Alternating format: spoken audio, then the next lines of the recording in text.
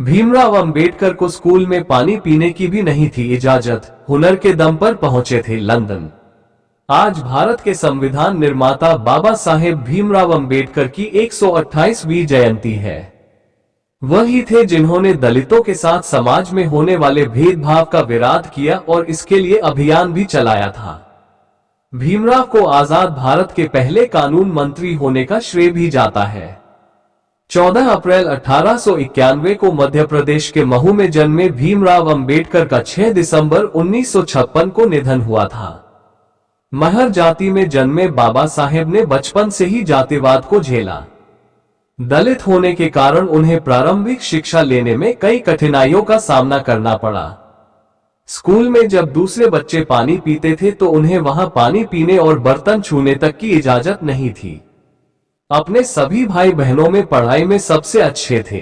वह अपने इलाके के अकेले विद्यार्थी थे जो परीक्षा में पास होकर हाई स्कूल तक पहुंचे। जब वह 9वीं कक्षा में थे तब उन्हें उनके एक शिक्षक ने उन्हें जातिवाद का दंश झेलने को लेकर उन्हें उनका उपनाम अपनाने की सलाह दी। अंबेडकर ने अर्थशास्त्र और राजनीति शास्त्र में बॉम्बे यूनिवर्सिटी से 1913 में डिग्री ली। इसके बाद उन्होंने कोलंबिया यूनिवर्सिटी से राजनीति विज्ञान में पोस्ट ग्रेजुएशन के लिए अमेरिका गए। इसके बाद साल 1916 में उन्हें एक शोध के लिए पीएचडी से सम्मानित किया गया। अंबेडकर लंदन से अर्थशास्त्र में डॉक्टरेट करना चाहते थे, लेकिन उनका ये सपना बीच में ही अधूरा रह गया। उनकी स्कॉलरशिप खत्म हो गई थी, जिस वजह से उन्हें पढ़ाई बीच में छोड़कर भारत वापस आना पड़ा था। भारत वापस लौटकर अंबेडकर ट्यूटर बनने से लेकर कंसल्टिंग का काम शुरू किया, लेकिन समाज में भेदभाव की वजह से उन्हें इसमें सफलता न मिल सकी। इसके बाद वह मुंबई के सिडनेम कॉलेज में प्रोफेसर नियुक्त हुए। फिर 1923 में उन्होंने the problem of the rupee नाम से एक शोध किया, जिसके लिए उन्हें लंदन यूनिवर्सिटी ने डॉक्टर्स ऑफ साइंस की उपाधि दी। इसके बाद साल 1927 में उन्हें कोलंबिया यूनिवर्सिटी ने भी उन्हें पीएचडी की डिग्री दी गई। अंबेडकर के लिए यह सफर इतना आसान नहीं था, लेकिन उन्होंने समाज के आगे घुटने नहीं टेके और यही कारण है कि वो निरंतर आगे बढ़ते गए। अंबेडकर के 10 अनमोल विचार। जब तक आप सामाजिक स्वतंत्रता नहीं हासिल कर लेते, कानून आपको जो भी स्वतंत्रता देता है वो आपके किसी काम की नहीं। कानून और व्यवस्था राजनीतिक शरीर की दवा है और जब राजनीतिक शरीर बीमार पड़े तो दवा जरूर दी जानी चाहिए। जो कौम अपना इतिहास तक नहीं जानती है वे कौम कभी अपना इतिहास भी नहीं बना सकती है। शिक्षित बने, संगठित रहे और संघर्ष करे। उदासीनता एक ऐसे किस्म की बीमारी है जो किसी को प्रभावित कर सकती है। यदि हम एक संयुक्त एकीकृत आधुनिक भारत चाहते हैं तो सभी धर्मों के शास्त्रों की संप्रभुता का अंत होना चाहिए। हम सबसे पहले और अंत में भी भारतीय हैं। मैं ऐसे धर्म को मानता हूं जो स्वतंत्रता, समानता और भाईचारा सिखाए। मनुष्य नश्वर है, उसी तरह विचार भी नश्वर है। एक विचार को प्रचार प्रसार की जरूरत होती है, जैसे कि एक पौधे को पानी की, नहीं तो दोनों मुरझाकर मर जाते हैं। बुद्धि का विकास मानव के अस्तित्व का अंतिम लक्ष्य होना चाहिए। बाबा साहेब अंबेडकर की यात्रा, जीवन, इतिहास और कार्य। बाबा साहेब डॉक्टर भीमराव अंबेडकर का जन्म 14 अप्रैल 1891 को हुआ था। वो अपने माता पिता की 14वीं और अंतिम संतान थे। डॉक्टर बाबा साहेब अंबेडकर के पिता सूबेदार रामजी मालोजी सकपाल थे। वो ब्रिटिश सेना में सूबेदार थे। बाबा साहेब के पिता संत कबीर दास के अनुयायी थे और एक शिक्षित व्यक्ति थे। डॉक्टर भीमराव रामजी अंबेडकर लगभग 2 वर्ष के थे जब उनके पिता नौकरी से सेवानिवृत्त हो गए थे। जब वह केवल 6 वर्ष के थे तब उसकी मां का निधन हो गया था। बाबा साहेब ने अपनी प्रारंभिक शिक्षा मुंबई में प्राप्त की। अपने स्कूली दिनों में ही उन्हें इस बात से गहरा सदमा लगा कि भारत में अछूत होना क्या होता है। डॉक्टर अंबेडकर अपनी स्कूली शिक्षा सतारा में ही कर रहे थे। दुर्भाग्यवश डॉक्टर अंबेडकर की मां की मौत हो गई। उनकी चाची ने उनकी देखभाल की। बाद में वह मुंबई चले गए। अपनी स्कूली शिक्षा के दौरान वो अस्पृश्यता के अभिशाप से पीड़ित हुए। 1907 में मैट्रिक की परीक्षा पास होने के बाद उनकी शादी एक बाजार के खुले छप्पड़ के नीचे हुई। डॉक्टर अंबेडकर ने अपनी स्नातक की पढ़ाई एल्फिंस्टन कॉलेज, बॉम्बे से की, जिसके लिए उन्हें बड़ौदा के महामहिम सयाजीराव गायकवाड़ से छात्रवृत्ति प्राप्त हुई थी। स्नातक पूरी करने के बाद अनुबंध के अनुसार उन्हें बड़ौदा संस्थान में शामिल होना पड़ा। जब वह बड़ौदा में थे तब उनके पिता की मौत हो गई। वर्ष 1913 में डॉक्टर अंबेडकर को उच्च अध्ययन के लिए अमेरिका जाने वाले एक विद्वान के रूप में चुना गया। यह उनके शैक्षिक जीवन का एक महत्वपूर्ण मोड़ साबित हुआ। उन्होंने कोलंबिया विश्वविद्यालय से 1915 और 1916 में क्रमशः एमए और पीएचडी की डिग्री प्राप्त की। इसके बाद वह आगे की पढ़ाई करने के लिए लंदन गए। वह ग्रेज इन में वकालत के लिए भर्ती हुए और उन्हें London school of economics and political science में डीएससी की तैयारी करने की भी अनुमति प्राप्त हुई, लेकिन उन्हें बड़ौदा के दीवान ने भारत वापस बुला लिया। बाद में उन्होंने बार 8 लॉ और डीएससी की डिग्री भी प्राप्त की। उन्होंने जर्मनी के बॉन विश्वविद्यालय में कुछ समय तक अध्ययन किया। उन्होंने 1916 में भारत में जातियां, उनका तंत्र, उत्पत्ति और विकास पर एक निबंध पढ़ा। 1916 में उन्होंने भारत के लिए राष्ट्रीय लाभांश, एक ऐतिहासिक और विश्लेषणात्मक अध्ययन पर अपना थीसिस लिखा और अपनी पीएचडी की डिग्री प्राप्त की। इसे 8 वर्षों के बाद ब्रिटिश भारत में प्रांतीय वित्त का विकास शीर्षक के अंतर्गत प्रकाशित किया गया। इस उच्चतम डिग्री को प्राप्त करने के बाद बाबा साहेब भारत वापस लौट आए और उन्हें बड़ौदा के महाराजा ने अपना सैन्य सचिव नियुक्त किया, जिससे कि उन्हें लंबे समय में वित्त मंत्री के रूप में तैयार किया जा सके। बाबा साहेब सितंबर 1917 में शहर वापस लौट आए क्योंकि उनका छात्रवृत्ति कार्यकाल समाप्त हो गया और वह सेवा में शामिल हो गए। लेकिन नवंबर 1917 तक शहर में कुछ दिनों तक रहने के बाद वह मुंबई के लिए रवाना हो गए। अस्पृश्यता के कारण उनके साथ हो रहे दुर्व्यवहार के कारण वह सेवा छोड़ने के लिए मजबूर हो गए। डॉक्टर अंबेडकर मुंबई लौट आए और राजनीतिक अर्थव्यवस्था के प्रोफेसर के रूप में सिडेनहम कॉलेज में पढ़ाने लगे। जैसा कि वो अच्छी तरह पढ़ाते थे, वो छात्रों में बहुत लोकप्रिय हो गए। लेकिन उन्होंने लंदन में अपनी कानून और अर्थशास्त्र की पढ़ाई फिर से शुरू करने के लिए अपने पद से इस्तीफा दे दिया।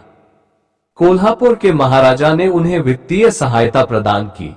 1921 में उन्होंने अपनी थीसिस लिखी, ब्रिटिश भारत में इंपीरियल फाइनेंस का प्रांतीय विकेंद्रीकरण, और लंदन विश्वविद्यालय से अपनी एमएससी की डिग्री प्राप्त की। फिर उन्होंने जर्मनी के बॉन विश्वविद्यालय में कुछ समय गुजारा। 1923 में उन्होंने डीएससी डिग्री के लिए अपनी थीसिस पूरी की, रुपये की समस्या, इसका उद्भव और समाधान। उन्हें 1923 में वकीलों के बार में बुलाया गया। 1924 में इंग्लैंड से वापस लौटने के बाद उन्होंने दलित लोगों के कल्याण के लिए एक एसोसिएशन की शुरुआत की, जिसमें सर चिमनलाल सीतलवाड़ अध्यक्ष और डॉक्टर अंबेडकर चेयरमैन थे।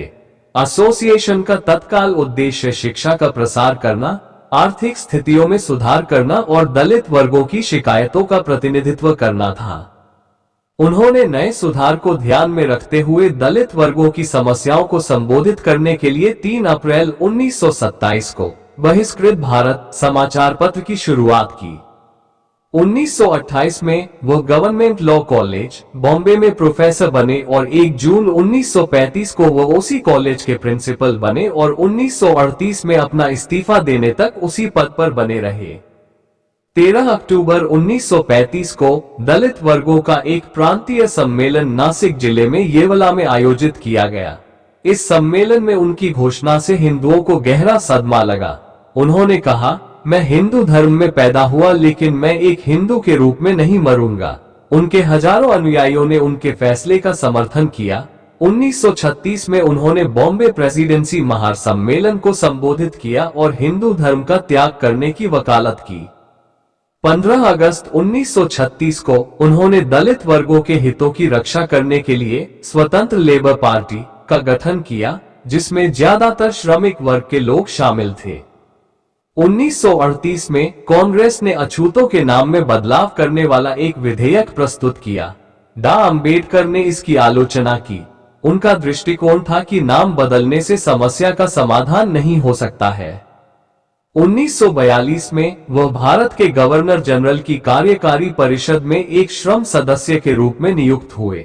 1946 में उन्हें बंगाल से संविधान सभा के लिए चुना गया। उसी समय उन्होंने अपनी पुस्तक प्रकाशित की, शूद्र कौन थे। आजादी के बाद 1947 में उन्हें देश के प्रथम प्रधानमंत्री श्री जवाहरलाल नेहरू के पहले मंत्रिमंडल में कानून एवं न्याय मंत्री के रूप में नियुक्त किया गया। लेकिन 1951 में उन्होंने कश्मीर मुद्दे, भारत की विदेश नीति और हिंदू कोड बिल के प्रति प्रधानमंत्री नेहरू की नीति पर अपना मतभेद प्रकट करते हुए मंत्री पद से इस्तीफा दे दिया। 1952 में कोलंबिया विश्वविद्यालय ने भारत के संविधान का मसौदे तैयार करने में उनके योगदान को मान्यता प्रदान करने के लिए उन्हें LL.D की डिग्री प्रदान की। 1955 में उन्होंने भाषाई राज्यों पर विचार नामक अपनी पुस्तक प्रकाशित की। Doctor B.R. अम्बेडकर को उस्मानिया विश्वविद्यालय ने 12 जनवरी 1953 को डॉक्टरेट की उपाधि से सम्मानित किया। आखिरकार 21 वर्षों के बाद उन्होंने सच साबित कर दिया, जो उन्होंने 1935 में येओला में कहा था कि मैं हिंदू के रूप में नहीं मरूंगा। 14 अक्टूबर 1956 को उन्होंने नागपुर में एक ऐतिहासिक समारोह में बौद्ध धर्म अपना लिया और 6 दिसंबर 1956 को उनकी मृत्यु हो गई। डॉक्टर बाबा साहेब अम्बेडकर को 1954 में नेपाल के काठमांडू में जागतिक बौद्ध धर्म परिषद में बौद्ध भिक्षुओं द्वारा बोधिसत्व की उपाधि से सम्मानित किया गया। महत्वपूर्ण बात यह है कि डॉक्टर अम्बेडकर को जीवित रहते हुए ही बोधिसत्व की उपाधि से नवाजा गया था। उन्होंने भारत के स्वतंत्रता संग्राम में और स्वतंत्रता के बाद इसके सुधारों में भी अपना योगदान दिया। इसके अलावा बाबा साहेब ने भारतीय रिजर्व बैंक के गठन में महत्वपूर्ण भूमिका निभाई थी। केंद्रीय बैंक का गठन हिल्टन यंग कमीशन को बाबा साहेब द्वारा प्रस्तुत की गई अवधारणा के आधार पर किया गया था। डॉक्टर अंबेडकर का प्रकाशवान जीवन दर्शाता है कि वह विद्वान और कर्मशील व्यक्ति थे। सबसे पहले उन्होंने अपनी पढ़ाई को आगे बढ़ाने में अर्थशास्त्री, राजनीति, कानून, दर्शन और समाजशास्त्र का अच्छा ज्ञान प्राप्त किया, जहां पर उन्हें कई सामाजिक बाधाओं का सामना करना पड़ा। लेकिन उन्होंने अपना सारा जीवन पढ़ने और ज्ञान प्राप्त करने और पुस्तकालयों में नहीं बिताया। उन्होंने आकर्षक वेतन के साथ उच्च पदों को लेने से इनकार कर दिया, क्योंकि वह दलित वर्ग के अपने भाइयों को कभी नहीं भूले। उन्होंने अपना जीवन समानता, भाईचारे और मानवता के लिए समर्पित किया। उन्होंने दलित वर्गों के उत्थान के लिए पुरजोर कोशिश की। डॉक्टर भीमराव के जीवन के इतिहास से गुजरने के बाद उनके मुख्य योगदान और उनकी प्रासंगिकता का अध्ययन और विश्लेषण करना बहुत आवश्यक और उचित है। एक विचार के अनुसार 3 बिंदु हैं जो आज भी बहुत महत्वपूर्ण है। आज भी भारतीय अर्थव्यवस्था और भारतीय समाज कई आर्थिक और सामाजिक समस्याओं का सामना कर रहा है। डॉक्टर अंबेडकर के विचार और कार्य इन समस्याओं का समाधान करने में हमारा मार्गदर्शन कर सकते हैं।